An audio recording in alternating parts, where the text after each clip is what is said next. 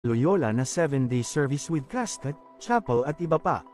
Wala naman prob kaso alam mo yun, funerary na maliit tas ganyan singil. Paano yung mga walang pera?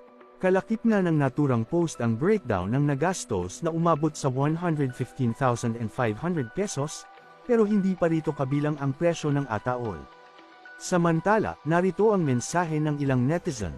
Ginto po talaga yan sila maningil, hindi pa full service yan.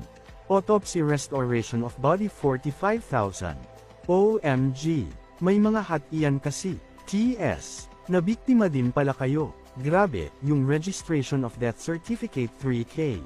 Hindi nga aabot ng 1K yun Wala nang buhay kaibigan namin ganyan pa ginagawa.